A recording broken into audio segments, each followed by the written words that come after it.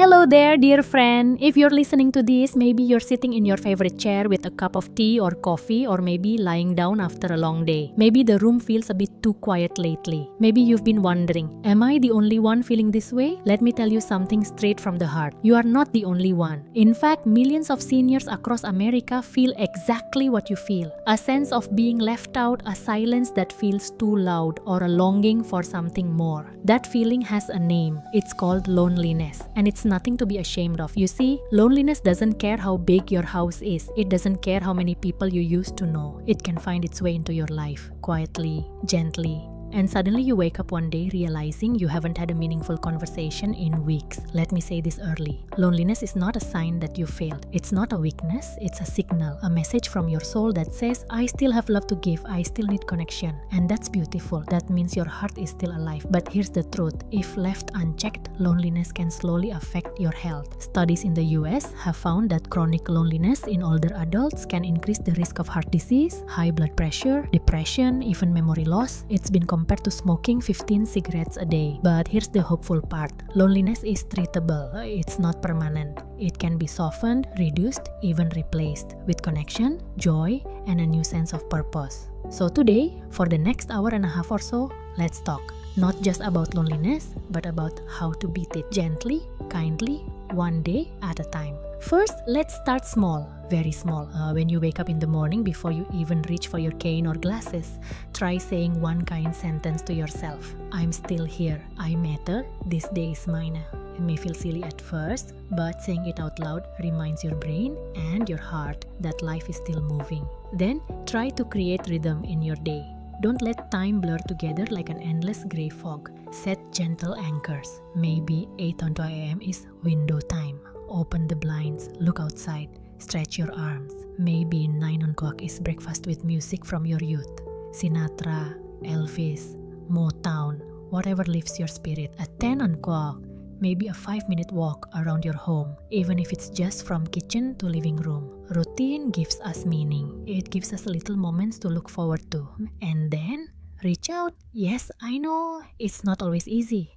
Maybe your kids live far away. Maybe some of your old friends have passed on. But I promise, somewhere out there, someone would love to hear from you. Even a simple text that says, thinking of you today. Even leaving a voicemail. Just wanted to say hi, hope you're well. Even writing a letter.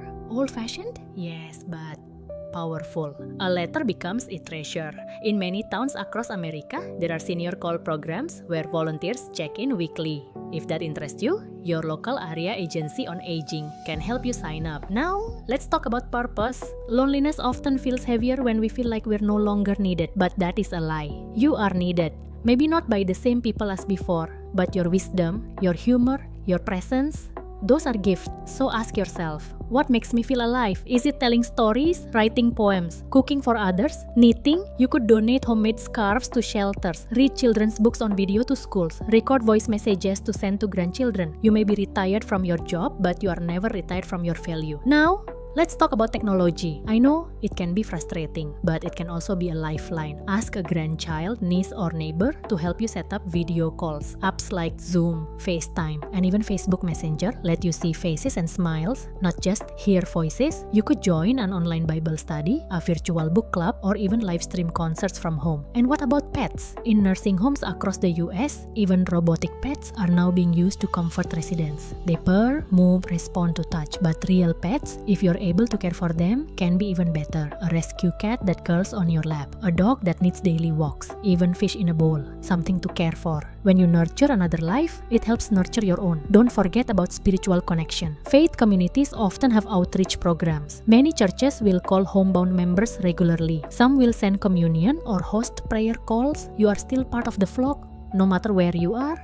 And if you don't belong to a faith community, that's okay. You can still connect with yourself through meditation, mindfulness, deep breathing. Sit quietly. Close your eyes, put your hand on your chest, feel your breath, and say to yourself, I am not alone. I am connected to all who have loved me. I am still becoming. Let's also talk about healing old wounds. Sometimes, what keeps us feeling lonely isn't just isolation, it's regret. Maybe relationships broke, maybe words were left unsaid, now maybe the time to make peace. Not necessarily by reopening every old door, but by forgiving yourself. You did your best with what you knew, with the strength you had. You deserve to rest in that truth. Now, here's something practical. Try creating a connection box. Fill it with things that make you feel closer to others. Photos, letters, a list of people to call, a schedule of Zoom meetings, maybe a soft scarf from a friend, and when loneliness creeps in, open the box. Let it remind you are loved. Also, move your body. Just a little every day. Not to lose weight, not to impress anyone, but to remind your bones and muscles, hey, we're still in this together. Chair yoga,